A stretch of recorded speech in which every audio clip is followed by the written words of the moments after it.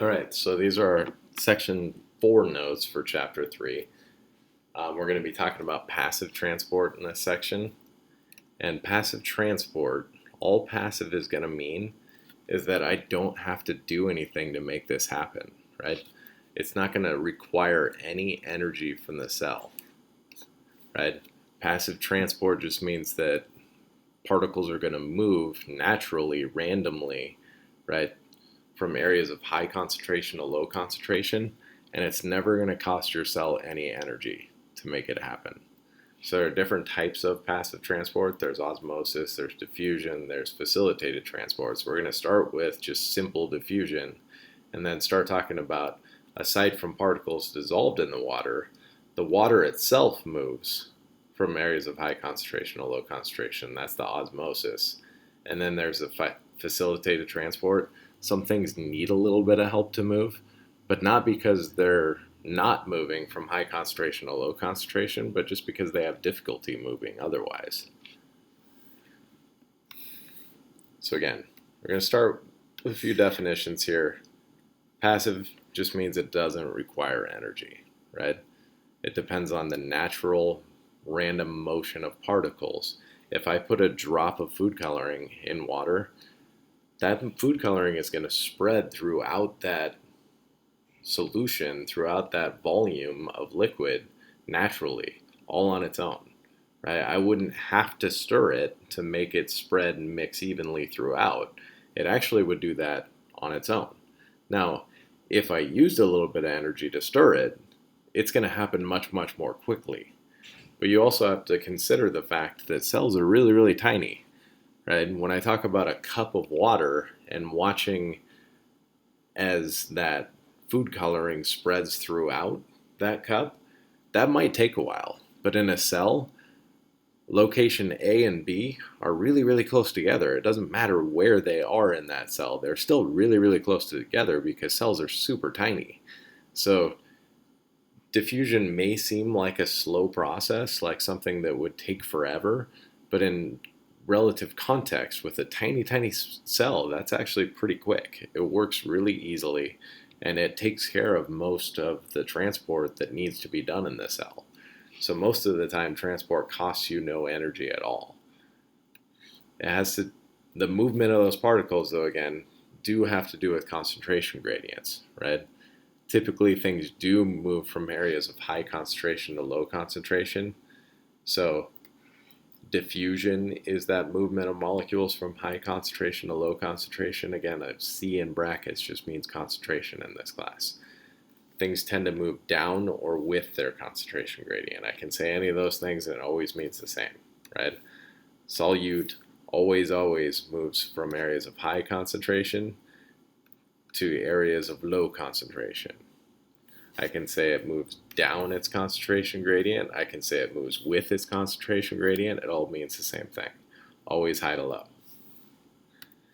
So if I had a solution A and solution B, like in this next description, right? If this side, right, is A and this side is B, and there's more stuff in A, more stuff dissolved in A than in B, right? So I'm talking about salt in this situation. So I have lots of sodium and chloride particles floating around over here,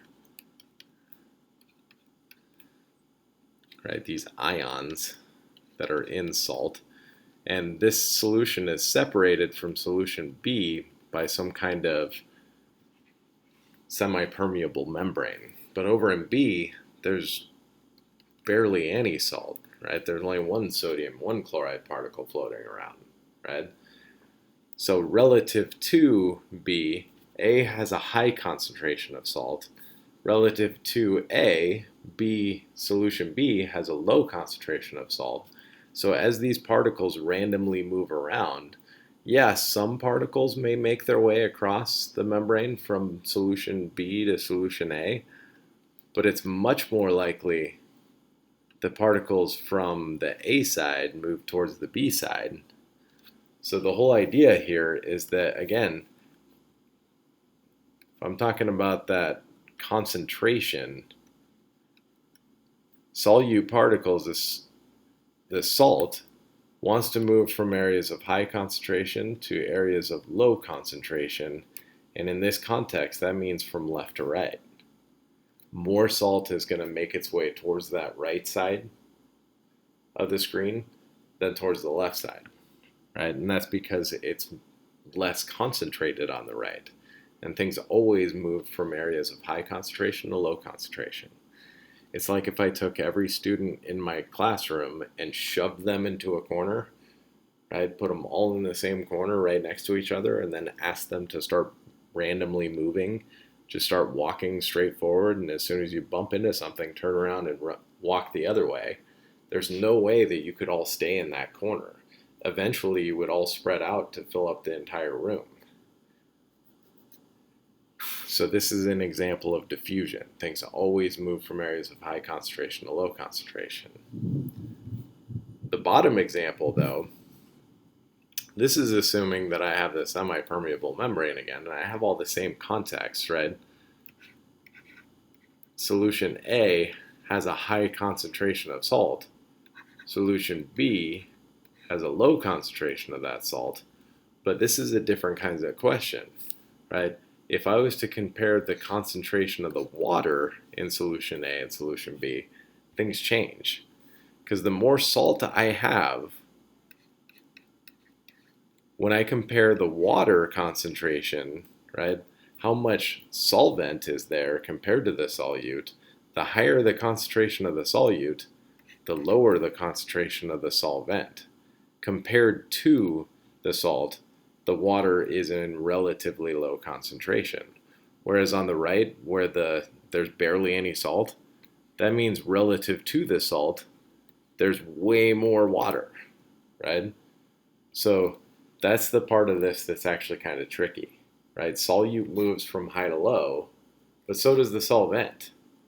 But even though the salt, just like above, would want to move from left to right, what if it can't move from left to right? What if this membrane, the semi-permeable membrane, doesn't allow that motion? Then what's going to happen instead, excuse me, I made a couple random marks there.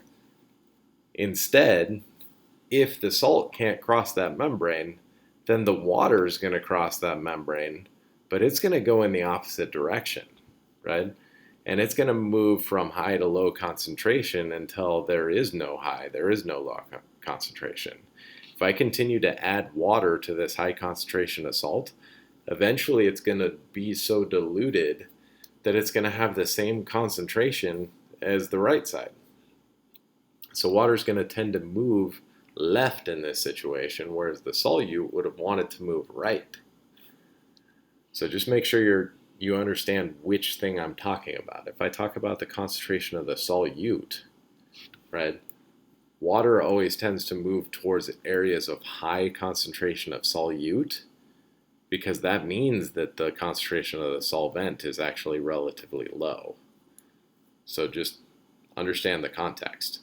The salt wanted to move right in our top situation, but the water at the same time would have wanted to move left because its concentration was the lowest on the left side.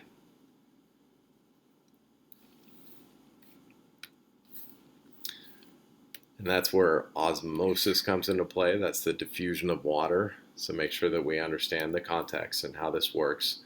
I hope I fixed this in the notes a long time ago, but this is backwards right here. It's supposed to say from high to low because diffusion is always from high to low.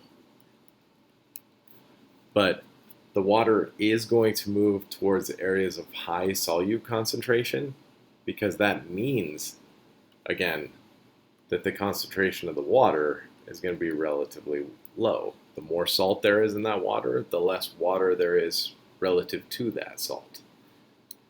So understand that context matters, right? So osmosis is a thing that we worry about with cells. So first thing, situation I'm going to draw for you here, and this is kind of a terrible drawing, but I'm limited with what I got to work with here. If I had a container, right, that has this U-bend in it, right, and I put water in there, you would expect that the water levels on both sides would be the same, right? Because gravity would make that water tend to level out on one side and the other.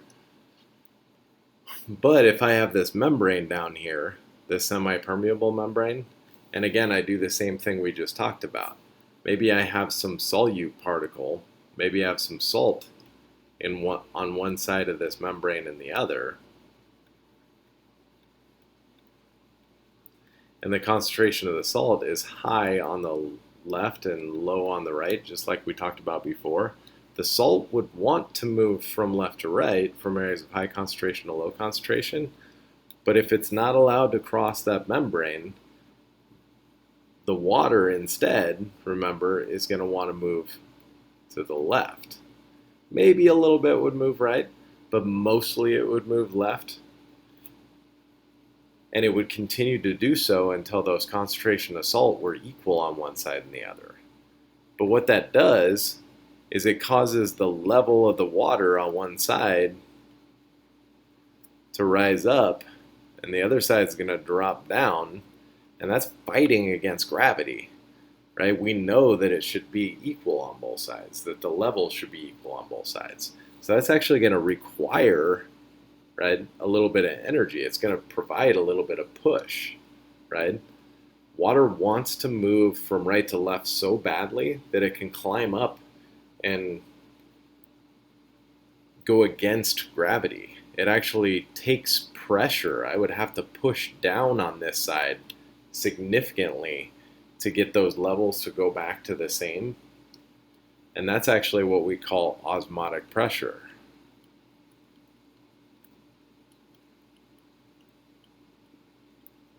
And in cells, that can be a big deal.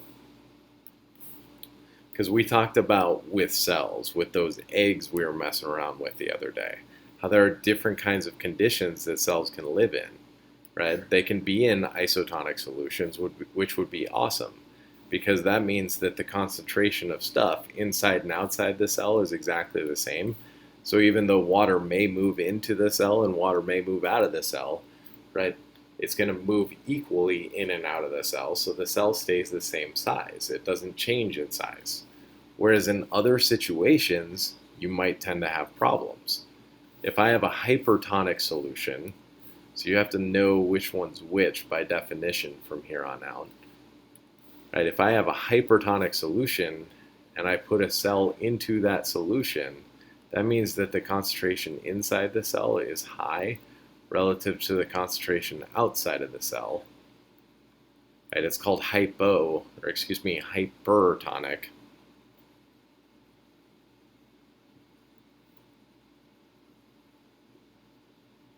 Oh, I just wrote that backwards. That's the problem. I was going to say something went wrong there. That means the concentration inside the cell is low compared to the concentration outside of the cell. It's called hyper because hyper means big, right? Overactive, hyperactive, right? So that means the concentration outside the cell is big relative to the concentration inside the cell. And what's going to happen in this case, remember, the water moves towards areas of high concentration for solute, because that means that the water would have a low concentration outside of that cell. Right? So water is going to tend to move out of this cell, more water out than in, and that causes this cell to shrivel up, which is not a good thing. That water needs to be in that cell. Right? This is not a good situation for cells in general. Whereas hypotonic also can be a problem. Right? This is when the concentration outside the cell is small.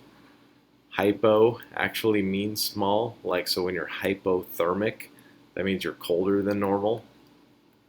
So we're always referring to that outside solution. If it's small compared to the inside solution, the concentration, that means in this case, more water is going to move in, less water is going to move out, and this causes the cell to swell up to the point of bursting, right?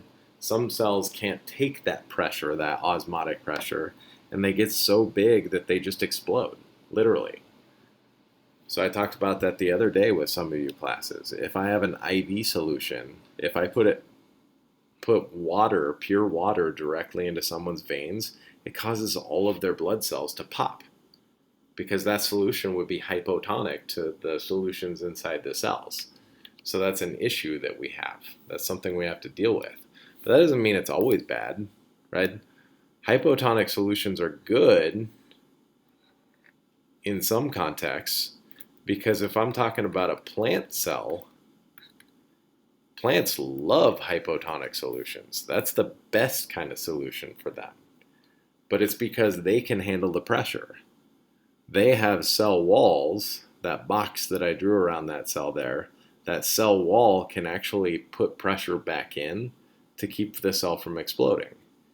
And plants thrive in these situations. They love hypotonic solutions because that actually provides support for that cell, right? It makes that cell stronger, right? Structurally, this allows a plant to stand up tall, 200 feet tall if it's a sequoia tree, right?